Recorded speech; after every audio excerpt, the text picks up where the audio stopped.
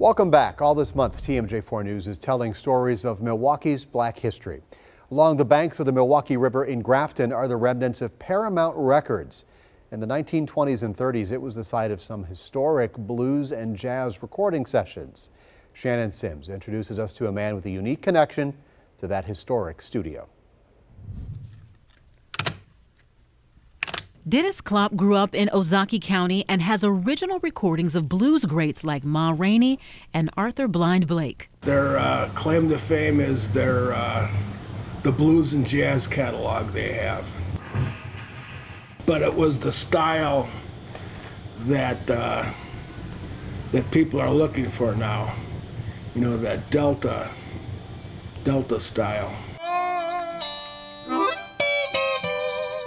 They did have a kind of a sound, you know, high lonesome slide guitar sound.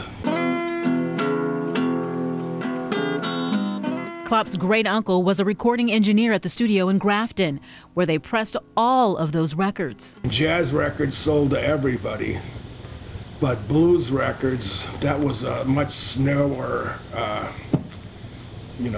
focus for them. Klopp says his great uncle often brought home new pressings. Unfortunately, the uncles took them, sailed them over the bluff, and shot them, like skeet shooting. That's Moonshine Blues, Ma Rainey. But one key member of the family treasured the music. So I'm being a little nosy, going through a drawer, and here's a stack of Paramount records. And I'm looking at them and going, this must be a jazz record.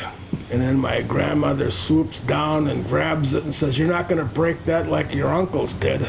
Dennis says he learned about Paramount Records later in life because its origins weren't always shared. They closed the plant down right when the Depression was started, and everybody was out of work, and then some people were a little bitter. But Klopp is happy he dug deep into the music. It's tough not to tap your toes to.